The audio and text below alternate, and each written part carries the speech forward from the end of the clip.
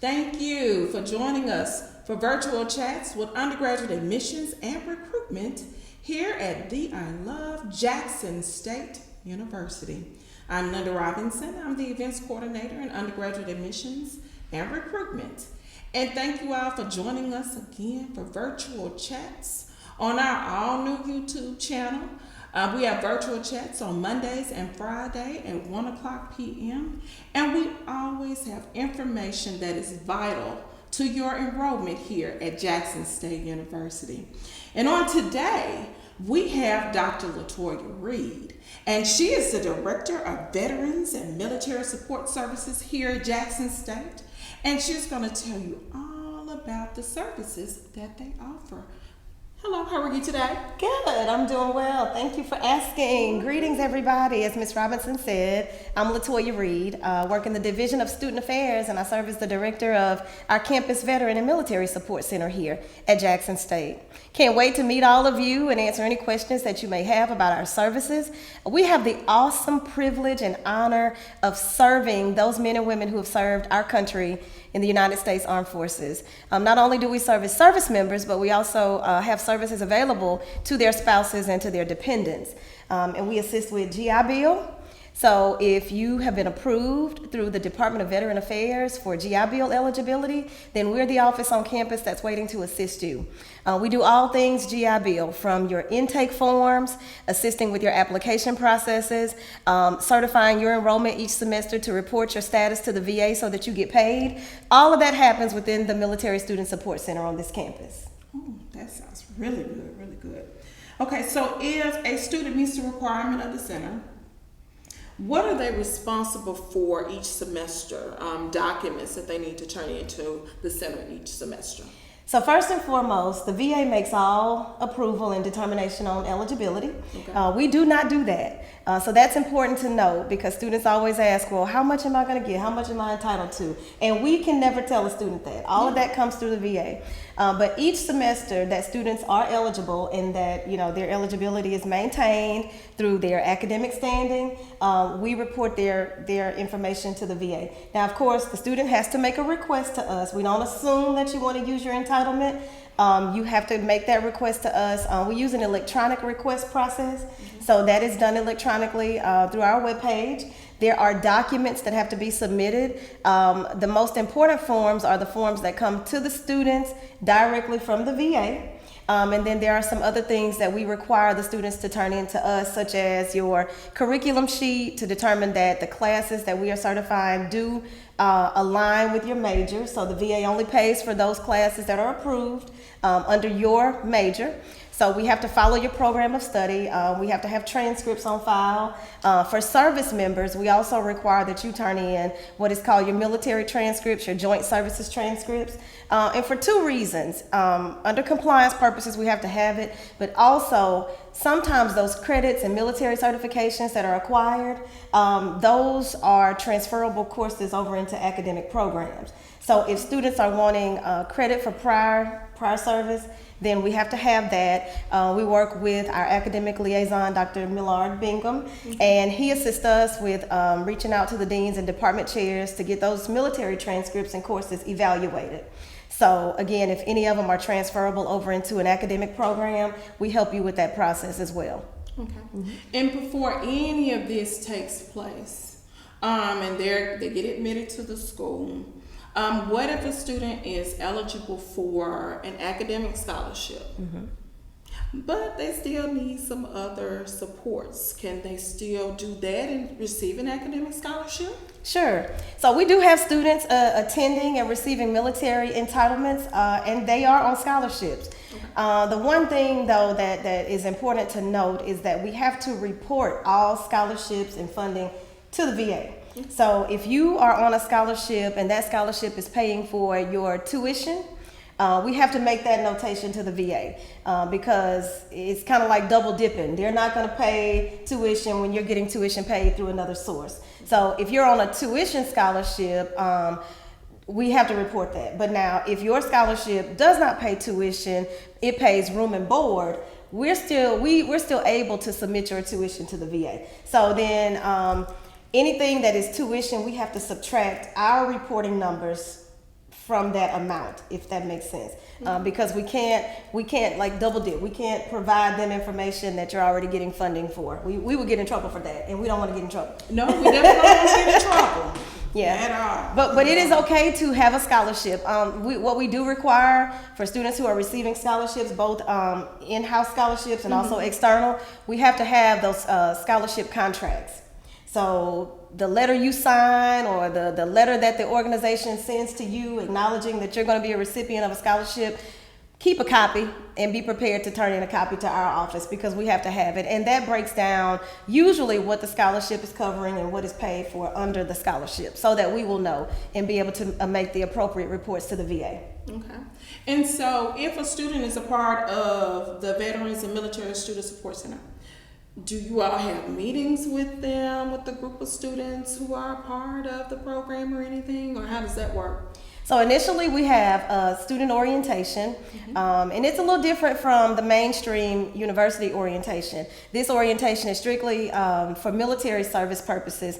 We want you to know the expectations that we have of you, those things that we're required to do on your behalf. So we want to educate our military students and our GI Bill recipients on the processes. We don't assume that you know this information. There are things that we must make sure that you know concerning your enrollment each semester, like your schedule. We tell you those things that could get you in trouble with the VA, could get us in trouble with the VA. For instance, if you start out with 15 hours, the VA wants you to complete what they pay for. So it's important to know that if you make any changes to your schedule, we have to know that. So these things we cover in our orientation. Usually we do it at the beginning of each semester. Then also we do have quarterly meetings with our students, sort of like town hall meetings. We communicate with our students a lot through email, especially due to COVID. There are updates coming periodically from the VA concerning payment, concerning registration for upcoming semesters. So all of that information we push out to students. We try to give that information, share it in our town hall meetings, but usually we email and we do call students in to come and set up appointments with us. Because part of what we have to do is monitor your academic progress. And when we review schedules, especially at the end of the semester when final grades are posted, for some students it may not look so good. So we have to call you in and kind of make sure, that you don't need any additional assistance, like tutoring services, that kind of thing. And then we also educate you on the consequences and as it relates to your VA eligibility. So we do communicate with our students on a regular basis. We have a listserv. We do group me through text. So we never want to leave you out there. Our office is always available. So many other things we support students with other than just GI Bill. Career services, accommodations through disability support services, community services. We a myriad of things and services that we offer. So, we hold, for some of our students that are military, this is an important point too, for those that may be listening and that are in the military. You may be actively drilling with a unit that's in your hometown. So one thing that we do is provide assistance with students needing to transfer to local units. Because if you're a student and you're drilling in the Illinois Guard, it's going to be real hard for you once a month to get home to do your drill in Illinois. So sometimes, students come to us and say, hey, I'm looking for a unit. This is my MOS. Can you help me? And we do that. We have several local units depending on which branch of service you are in. So that's another thing to keep in mind, that if you're looking to transfer to a local unit, if you're active, we can certainly assist you with that as well. Oh, man. You all offer a lot to students. That is really good. Excellent. So as we begin to wrap up, is there anything else that a student you think would need to know before they come in the fall of 2020? Because we know you're coming, our first time freshmen and our transfer students, because we want to make sure they know everything they need to know before they get here. Is there anything else? So I'll invite you to our website. You can find us, the JSU Military and Veterans Center. All of our office contact information, email, phone numbers for staff, all of that is on our website. We also have a contact us form. It's an electronic form that you can go in there and fill out, and we get the automatic email notification, and we reach right back out to you within 24 hours.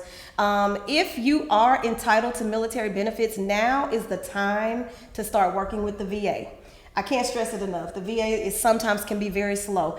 And also think about everybody in the United States, all of the high school seniors that graduated in the class of 2020, whose parents are service members. They're trying to do the same thing that you're trying to do. So the VA does get backlogged, they get behind. So it's important that you do not wait until August 1st to start reaching out to the VA. Now is the time. So what I will do is share a number to the VA education hotline. Okay. And that is your first step. If you feel like, well, my mom served, but I'm not really sure if I'm eligible, or I don't even know the process to get started, the very first thing is to call the VA. They will ask you for some identifying information. Hopefully you have that for your parents, or get them to sit down with you when you call. But they'll be able to look up the service member's record and then direct you from there. They'll give you specific step-by-step instructions to help you with the application process from start to finish. So that number is 1-888-442-4551. Again, that is the VA Education Hotline, and it's 1-888-442-4551. And also go ahead and look us up online. Feel free to reach out to us. Our office number, our main office number is 601-979-1365. We can answer any questions that you have, assist you with getting started. We even help students with their advisement. We have an advisement center here on campus, but because the military population is a special group, we can sometimes assist with that process. And also, we see you're in a class that's not on your curriculum. We make recommendations with the advisors about what you should be taking according to keeping you completely aligned with your program of study. So we're here to support you. We want you to know that you can reach out to us at any time. We look forward to working with you. Again, I'm Dr. Reed. Call me if you need anything, if you have questions about our services, and we're happy to assist. Thank you, Dr. Reed. You're welcome. That's some good information. So students, excuse me, it goes right back to what we've been saying the entire time with the virtual chats. On each virtual chat, I don't know if you have noticed, but we nurture our students. We nurture you from the time you get here until the time you leave. And we make sure that you get what you need while you're here at Jackson State University. All you have to do is reach out and tap into the resources that we have here available for you. Thank you all again for joining us for virtual chats with undergraduate admissions and recruitment at Jackson State University. We'll see you next time on Monday or Friday at 1:00 p.m. Join us for more valuable information that you can use. And students, we look forward to seeing every last one of you in the fall of 2020. Thank you all for tuning in, and we'll see you all next time. Thank you. Bye. Take care. Stay safe.